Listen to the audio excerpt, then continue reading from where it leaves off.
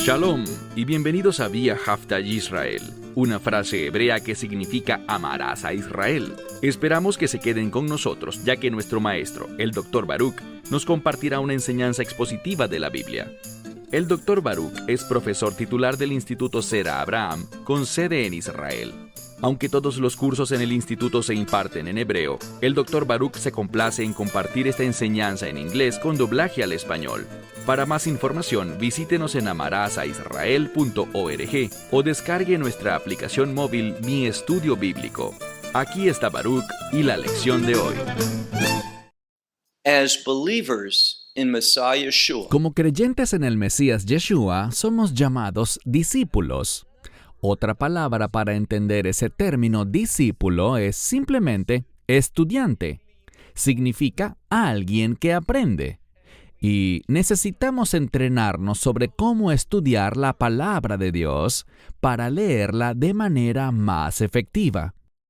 Por lo tanto, cuando tomamos un pasaje de las Escrituras y lo leemos, hay cosas a las que deberíamos estar atentos, cosas del ámbito literario que la palabra de Dios utiliza para comunicarnos una revelación espiritual, las verdades de Dios.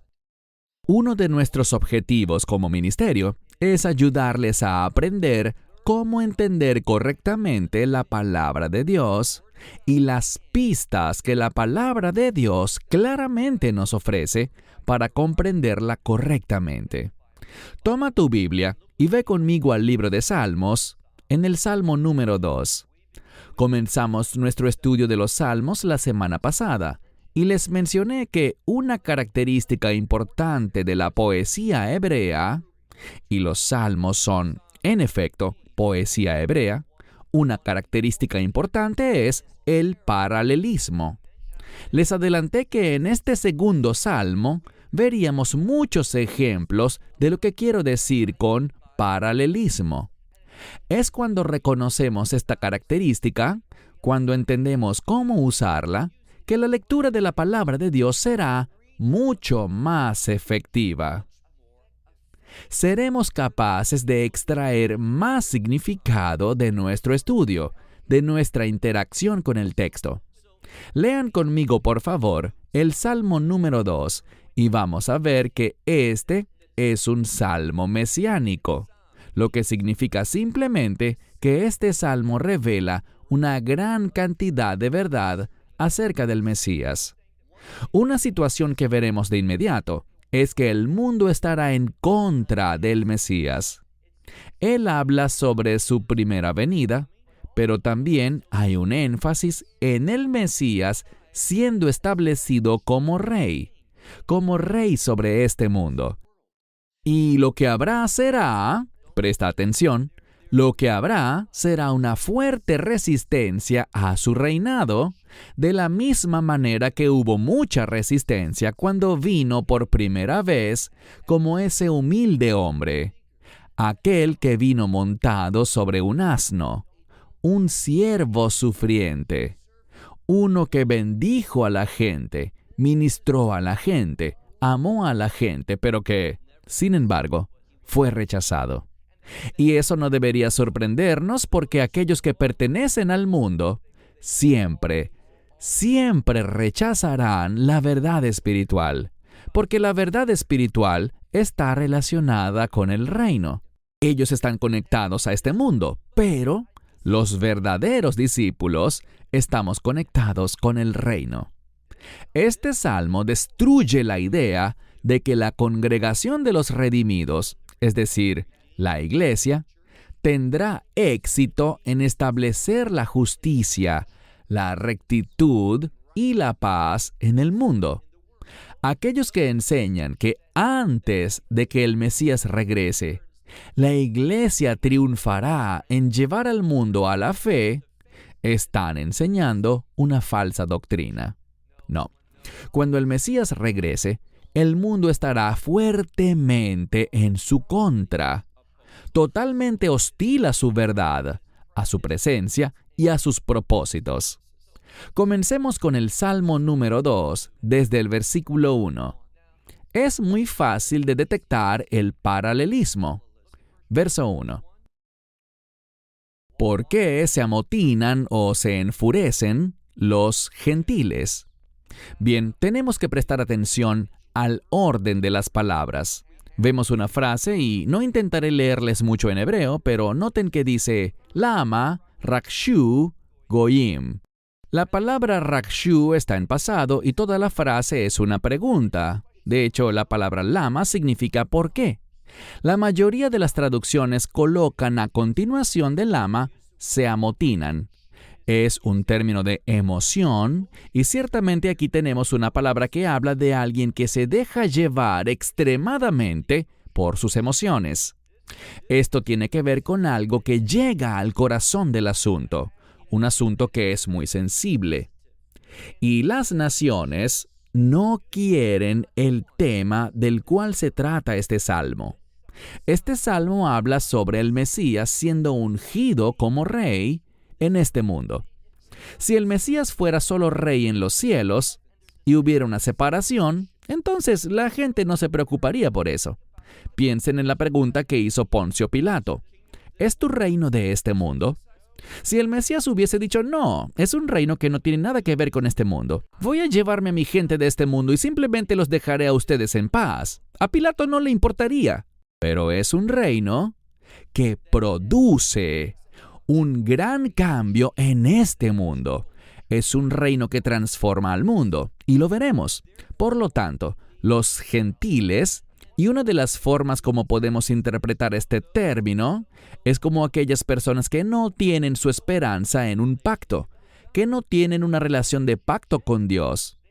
Entonces, los gentiles se amotinarán.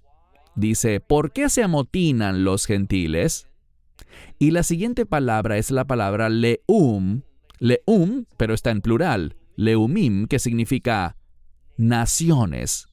A veces la palabra goyim puede significar naciones, y es paralela, es decir, aquí vemos una relación entre gentiles y naciones. Algunas traducciones dirán naciones y pueblos, lo cual también funciona. Lo importante es notar la estrecha relación que hay. Es un sinónimo. Tenemos el término leum y el término goy, que significan más o menos lo mismo. Son sinónimos. Pero noten lo que dice acerca de las naciones o los pueblos. Ellos, y la siguiente palabra, ligú, es una palabra que habla de una profunda meditación, lo que significa que este es un asunto delicado. Ya lo vimos. Y por lo tanto, le están dando una gran reflexión. Lo están considerando, están meditando en ello. Pero la última palabra es rik, que significa vacío, vano o inútil. Esta oposición, y esto es lo que hace la Escritura, presagia la oposición contra el Mesías Yeshua, es decir, Jesucristo. Entonces, ¿por qué se amotinan los gentiles o las naciones? ¿Y por qué los pueblos? ¿Por qué meditan? Y sus meditaciones son rik, son vacías. Es decir, que todos estos sentimientos, todos estos pensamientos llegarán a nada. Pasemos ahora al verso 2. Yityatzvu malhei eretz, que significa y tomarán posición. Ellos tomarán una posición. ¿Quién es el sujeto? Sigamos leyendo. Malhei eretz, los reyes de la tierra. Ellos tomarán posición. Y luego tenemos otro paralelismo donde dice Vei Rosnim. ¿Qué significa Rosnim? Significa los nobles. Vemos este paralelismo entre los reyes de la tierra y los nobles. Bien, los reyes de la tierra tomarán posición y, por lo tanto, los nobles, ¿qué harán? Dice, y ellos, la mayoría de las Biblias dirán, tomaron consejo unidos. Pero la palabra para tomar consejo tiene como raíz la palabra yasod, que significa echar un fundamento. Así que ellos tomaron posición, establecieron un fundamento en contra. ¿Por qué digo en contra? Toda esta acción, Regresemos al inicio. Cuando te fijas en los sujetos, encontrarás que están enfurecidos, que están meditando, pero su meditación no tendrá propósito. Están tomando una posición, están estableciendo un fundamento, y toda esta acción que realizan las naciones, los pueblos, los reyes y los gobernantes o nobles, todo lo que están haciendo va en contra de, y de nuevo un paralelismo, en contra del Señor, o literalmente dice al Hashem, lo que significa con respecto al Señor. Pero el contexto nos indica que sí, están haciendo esto en relación con el plan de Dios. Pero el contexto nos dice, y es por eso que la mayoría de las Biblias lo traduce correctamente como en contra, que sus acciones con respecto al Señor van en contra del Señor, y también dice, y con respecto o en contra de su Mesías, de su ungido. Insisto, el paralelismo nos muestra elementos que son equivalentes. Por ejemplo, Goyim, naciones o gentiles, es paralelo a gentes o pueblos. También vemos que ese amotinarse está relacionado en paralelo con meditar en algo. Luego, reyes de la tierra es paralelo a nobles. Y tomar una posición es paralelo a establecer un fundamento unidos o trabajar juntos para oponerse a algo. Y lo más importante aquí es que al final del versículo 2 tenemos la frase al Hashem ve'al Mishijo. ¿Qué significa esto? Hay un paralelismo entre el Señor, Yud-Hei Vav-Hei, y su Mesías. De la misma manera en que vemos igualdad entre naciones y pueblos, o entre reyes de la tierra y nobles, vemos el paralelismo de igualdad entre el Señor y su ungido, su Mesías. Este hecho, cuando observamos los indicadores del texto, nos presenta una relación, una igualdad, una unidad, una semejanza entre el Señor y su Mesías. Pasemos ahora al versículo 3. Aquí veremos que los reyes de la tierra, de quienes hablamos en el versículo anterior, y también estos nobles, noten que están hablando y ¿qué están diciendo? Verso 3. Rompamos sus ataduras y arrojemos, lancemos lejos de nosotros sus cuerdas. Está hablando de aquellos que están bajo la autoridad de estos líderes. ¿Y qué van a hacer? Bueno, vemos una similitud, ¿no es así? Otro paralelismo cuando habla de ataduras y cuerdas. Son cosas que atan a las personas. Lo que encontramos aquí es que estos líderes, lo que el texto está insinuando, es que ellos van a soltar, van a liberar a aquellos que están bajo su autoridad. Y van a actuar, se comportarán en contra del propósito de Dios. Todo lo que esto hace es mostrarnos un conflicto futuro contra el propósito de Dios, el propósito del Señor con su ungido. ¿Y hacia dónde conduce este salmo? Hacia su establecimiento como rey de este mundo, cuando tome su trono y su reino empiece a entrar en vigor. Él es el Rey de Reyes y siempre lo ha sido, pero veremos una gran diferencia en cuanto a cómo será este mundo en el futuro. Hoy en día es un mundo de tinieblas, es un mundo contaminado por el pecado. Cuando evaluamos a los jueces y gobiernos, vemos gran injusticia, corrupción, guerras y sufrimiento. Vemos que este mundo está bajo maldición. Pero cuando el Mesías comience a gobernar, cuando tome su trono como rey sobre toda la tierra, ocurrirá un notable cambio.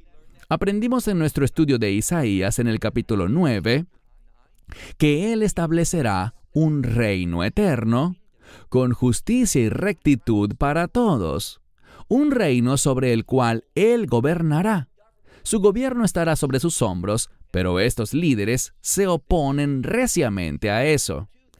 Toman consejo, conspiran y desatan todos sus recursos para levantarse contra el propósito de Dios.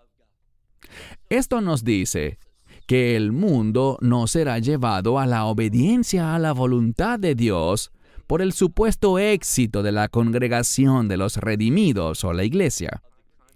Miren ahora el versículo 4. Dice así: Yoshev Beshemaim Yishkak, que significa el que se sienta en los cielos. ¿Y quién es ese que se sienta en los cielos? Lo vamos a ver enfáticamente, solo hay una respuesta. Y el texto nos la dice. Pero leamos el versículo. El que se sienta en los cielos reirá. Él no ve nada de esto como una amenaza, como alguna gran batalla importante que él deba enfrentar. Lo resolverá simplemente hablando. De hecho, sabemos por el libro de Apocalipsis que cuando el Mesías regrese por segunda vez, no hablo de nuestra esperanza bendita el rapto, sino de su segunda venida a la tierra. Él hablará y habla de la espada de su boca. Él simplemente hablará y los enemigos serán derrotados. Es algo fácil para él. Por esto sabemos que el que se sienta en los cielos reirá. ¿Y qué es paralelo en este versículo 4 con Yoshev Beshemaim? Solo hay una respuesta. Lo que es paralelo es Adonai. Esa es la palabra que tenemos aquí hablando acerca del Señor. ¿Y qué es paralelo con la frase Yishhak, que significa reirá? Pues la siguiente frase, Yil'ag lamó, Él los burlará. Eso es lo que significa esta palabra.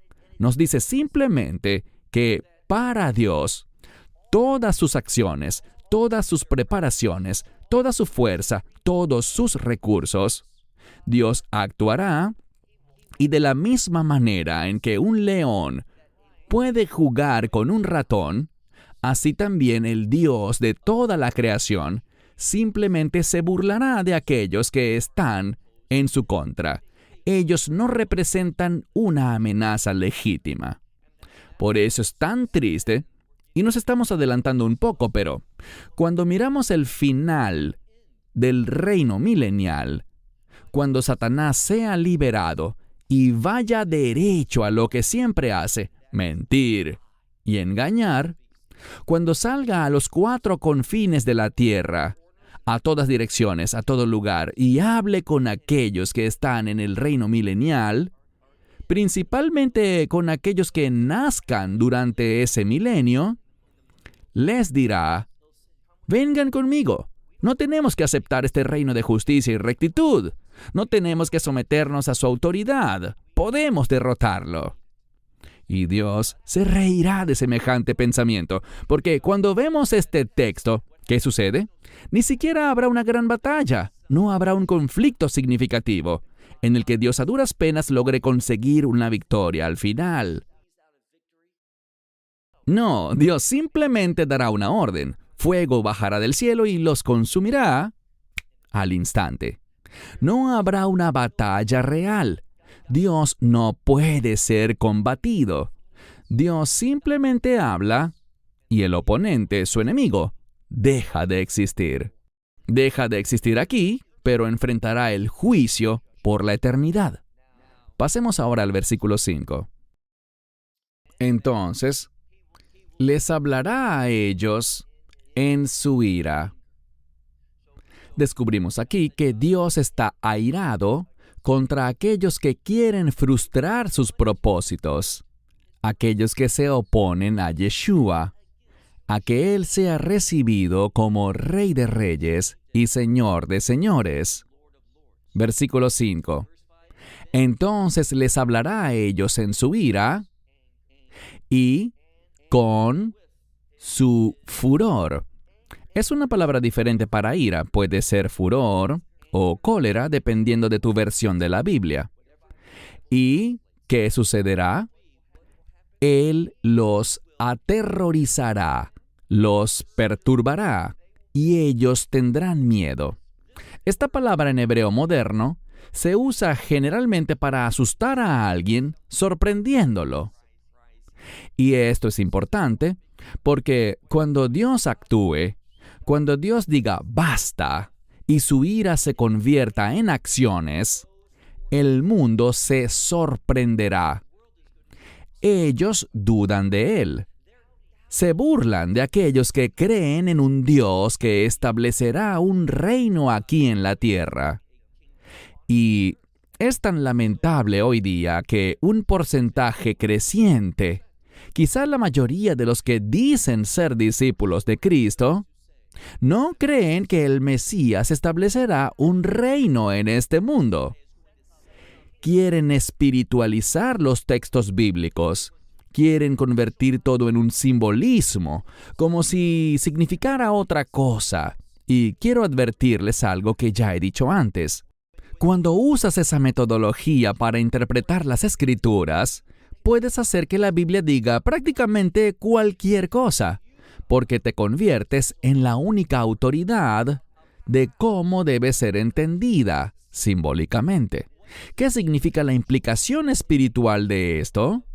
¿Cuál es Y la gente habla de tener una perspectiva cristocéntrica para interpretar las Escrituras, lo cual suena genial, pero por lo general, lo que realmente significa ese término de perspectiva cristocéntrica para interpretar las Escrituras es rechazamos la literalidad de la palabra de Dios para poder torcer la Escritura y hacer que respalde nuestras doctrinas, que literalmente la palabra de Dios no confirma, ni menciona, ni proclama. Dios dice aquí que les hablará con su ira y con su furor los aterrorizará, los asustará, los perturbará de sus propósitos y sus objetivos. ¿Y cómo lo hará? Miren el versículo 6. Recuerden, les dije que este salmo habla de tomar el trono. Se trata de poner a un rey en el poder, establecerlo en el trono. Es una coronación. Y por eso leemos en el versículo 6, Veani Nasachti Malki, lo que significa, y yo, y no hay debate aquí. El que está hablando es Dios el Padre. Y él dice, yo, y está en pasado, lo que puede significar en su totalidad, de manera absoluta y completa, Dios hará algo. Y usa una palabra relacionada con derramar. Muchas veces cuando un rey era puesto en el poder, recuerden, David dijo, no voy a levantar mi mano contra el ungido del Señor. Saúl había sido ungido. Al rey se le derramaba aceite sobre su cabeza y era esa la unción que hacía que fuera reconocido como rey. Esta misma palabra es la que se usa aquí. Dice, y yo, este es Dios el Padre, he ungido, he derramado mi unción sobre ¿quién? Sobre mi rey, sobre Sión, sobre mi monte santo. Y de nuevo, aquellos que niegan un reino milenial quieren decir, bueno, esta unción es espiritual, es simbólica, no será realizada en Sión. Lo cierto es que Sión es un sinónimo de Jerusalén, pero de la Jerusalén redimida, una Jerusalén de reino, cuando el Mesías gobierne. Así que Jerusalén se llama así hoy en día, pero cuando la redención haya sido establecida en su plenitud y el Mesías sea ungido como rey, Jerusalén será conocida como Sión. Sión tiene que ver con marcar algo para la excelencia de Dios. Y el problema es que muchos quieren decir, oh, Sión es el cielo. no tiene nada que ver con la tierra ni con la ciudad literal de Jerusalén. Pero aquí dice, mi monte santo. Ese es el monte del templo. Pero de nuevo la gente quiere negarlo y decir, no, este es el cielo, simbólicamente. Todo eso distorsiona la revelación del texto. Versículo 7. Asapará el Hok. Hok es una ley, un estatuto. Lo que debemos ver aquí es que Dios está proclamando, Él dice, voy a decir, y la implicación es, voy a proclamar una ley. ¿Y cuál será esta ley? Leamos. Hashem Amar Elai. El Señor me ha dicho. ¿A quién le ha dicho? Bueno, aquí esto cambia porque esta frase se refiere al Mesías. Porque el Señor me ha dicho, vení atá. Mi hijo eres tú. Esto queda bastante claro. Aquí vemos a Dios hablar y Dios está ungiendo a su Hijo. Y este Hijo es el Rey de Reyes. Él es el ungido, el Mesías. Y dice, y yo, hoy, Hayom, yo en este día te he engendrado. Esta palabra engendrado es una palabra en la forma yalad, que significa dar a luz. Y el punto es que este nacimiento no es concepción. Esta palabra para dar a luz tiene que ver con la manifestación. Primero se dio la concepción mucho antes del nacimiento de un bebé. No fue creado al momento de nacer, sino que allí es cuando el bebé es manifestado. De eso es de lo que se habla aquí. Tenemos que entender correctamente el hebreo. Verán, el Mesías es eterno. Él existe antes de todas las cosas. De hecho, nunca hubo un momento en el que Él no existiera. Él es el eterno Hijo de Dios. Pero aquí lo vemos manifestándose en ese día. Y noten el contexto. Es Dios proclamándolo como rey, ungiéndolo, manifestándolo con un propósito. Si volvemos al versículo 5, veremos que dice que es a través de su juicio, de su ira, de su furor. Ahora pasemos al versículo 8.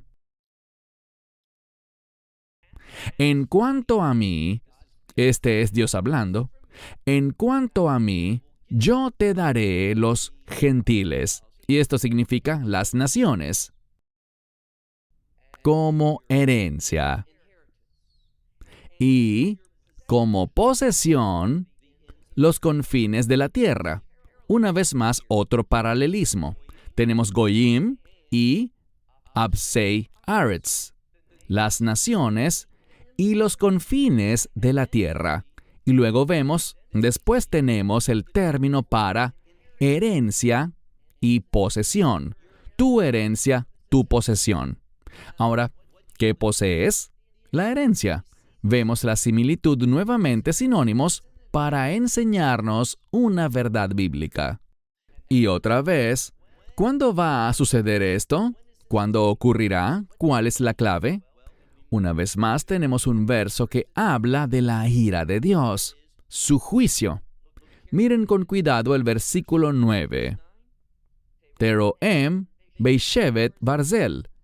Esta expresión, Teroem, Dios hablando al Mesías, la mayoría de las Biblias la traducen como los quebrantarás con vara de hierro o con cetro de hierro. Pero aquí está el problema.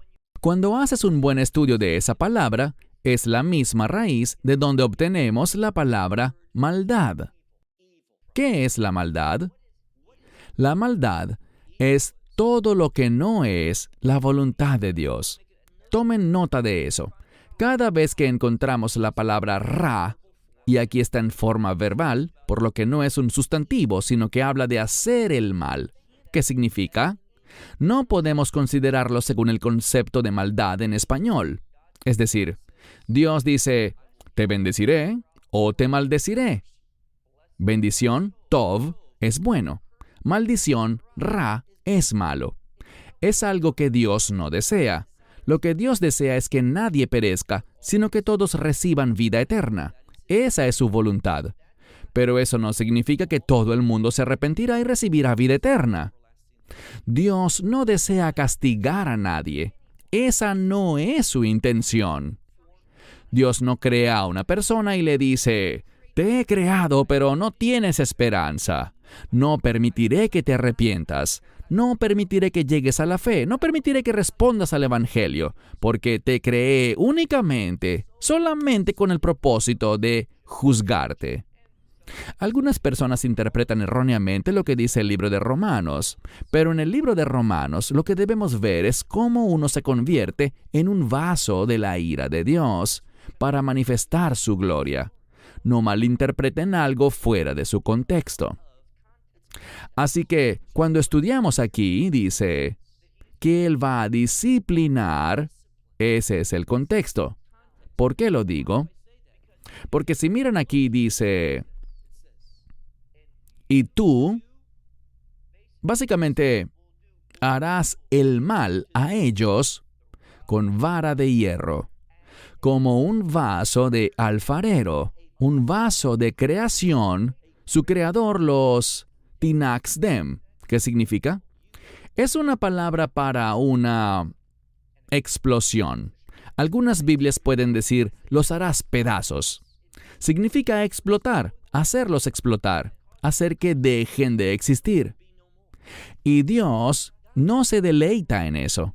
No es algo que Él llame bueno. ¿Es lo correcto? Claro que lo es. Es correcto que Él castigue a los pecadores. Es correcto que sean condenados eternamente. Pero Dios no se deleita en eso, y esa no es su voluntad desde el principio. Él no predestinó a nadie para condenación. Él sabe quién será condenado. Él conoció nuestros pensamientos antes de que fuésemos creados. Pero Dios no predeterminó eso.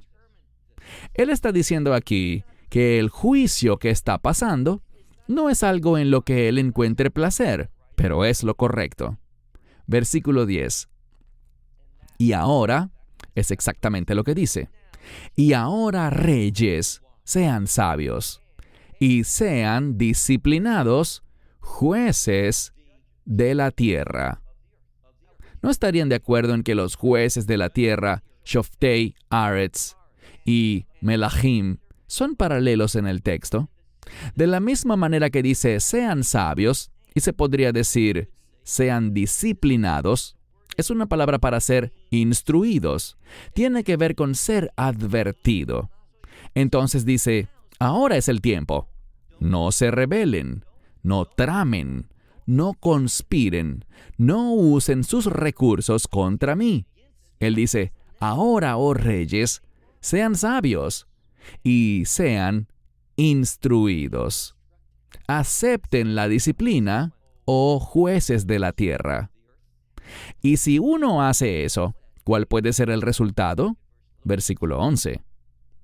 Ibdu et Hashem be'yir ah, lo que significa adoren o sirvan al Señor con temor. Una persona sabia que ha aceptado la instrucción de Dios adorará al Señor con temor y se regocijará con temblor. Noten que vemos temor y temblor en paralelo uno con otro, de la misma manera que encontramos adorar y regocijarse. ¿Qué aprendemos de esto? Aprendemos que cuando lo adoramos, lo que la Escritura nos revela es que el resultado de eso es el gozo. Cuando comenzamos a adorar a Dios y a servirle, seremos llenos de gozo de antemano. Por eso, el paralelismo es tan importante y nos ayuda a extraer correctamente del texto lo que Dios nos quiere enseñar. Y a continuación, uno de los versículos más controversiales en todos los salmos, y es el versículo 12. Nashku bar. ¿Qué significa eso? Bueno, la palabra nashika significa besar. Si miran las traducciones rabínicas, ellas dirán nashku bar y tomarán el término para besar, que es un acto de adoración, y tomarán la palabra bar y te dirán, bueno, es un adjetivo que habla de algo puro, que describe algo que es puro o natural. Entonces, en lugar de traducirlo besen al Hijo, que es un acto de obediencia, de honra y sumisión, lo traducen como adoren en pureza. Pero en ningún lugar vemos que esta palabra nashku se traduzca así. Dice besen al Hijo, y en algunas ocasiones dirán que bar es arameo, y es cierto, es un término que se introdujo en el idioma arameo, pero también tiene un significado hebreo. Quizá hayas oído hablar del bar mitzvah, que significa hijo del pacto. Así que lo que este verso literalmente dice es, besen al Hijo. Y luego, no sea que se enoje. Cuando estudiamos esto, si decimos simplemente, adoren en pureza, no sea que se enoje, y ustedes perezcan en su camino, está mal porque realmente la atención literal está puesta en este Hijo. ¿Quién es este bar? Es el Mesías. Así que Él nos está diciendo que si no queremos recibir juicio e ira, si no queremos recibir lo que Dios no quiere que recibamos y que seamos aniquilados, destrozados en pedazos, debemos rendirle homenaje, besar al Hijo, para que no se enoje y ustedes, todos ustedes, perezcan. ¿Cómo? En el camino. Porque se encenderá apenas un poco su ira.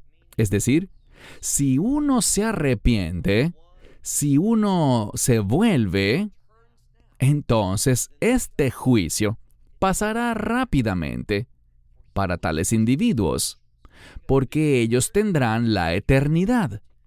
Yo diría que este salmo tiene grandes implicaciones para el pueblo judío en los últimos días, porque a pesar de que van a estar en este mundo, en lo que se llama la angustia de Jacob, la tribulación de Jacob, en hebreo, Etzera Gile Yaakov, un tiempo de angustia para Jacob. Ese tiempo de angustia será breve, solo durará un momento, porque al final, Dios traerá salvación para ese remanente en los últimos días.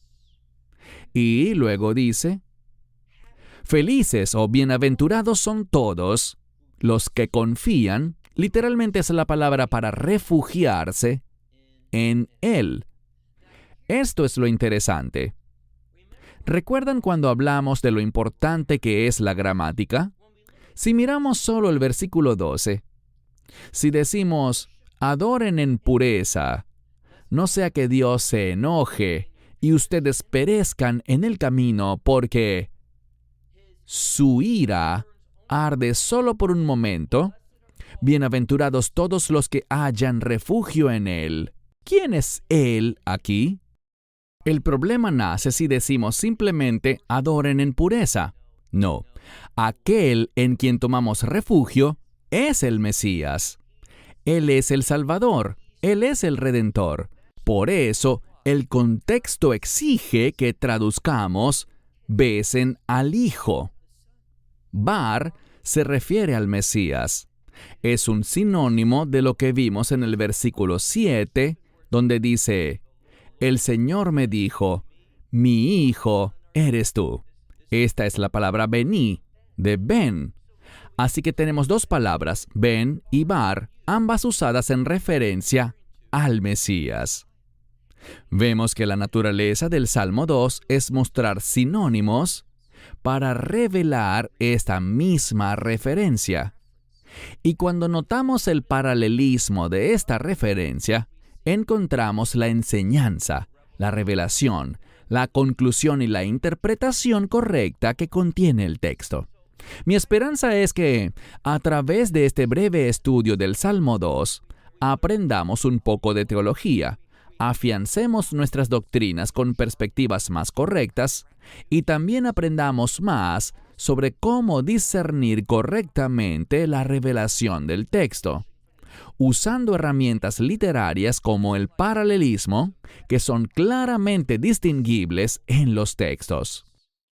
Verán, una de las grandes maravillas de estudiar los salmos es que los salmos nos enseñan mucho, y a medida que avancemos más y más, aprenderán por la práctica reiterada a interpretar correctamente la palabra de Dios. Cierro con esto. Shalom, desde Israel. Shalom from Israel. Esperamos que te hayas edificado con el mensaje de hoy y lo compartas con otros. Te invitamos a seguir nuestros estudios cada semana por este canal y por el portal de YouTube de Amarás a Israel. También puedes descargar nuestra aplicación móvil gratuita, Mi Estudio Bíblico. Finalmente, para obtener más información sobre nosotros, visita nuestra web amarasaisrael.org, donde encontrarás otras conferencias de Baruch en audio, video y texto. Hasta el próximo programa. Que el Señor te bendiga en Yeshua HaMashiach, Jesús el Mesías, mientras caminas con Él. Shalom desde Israel.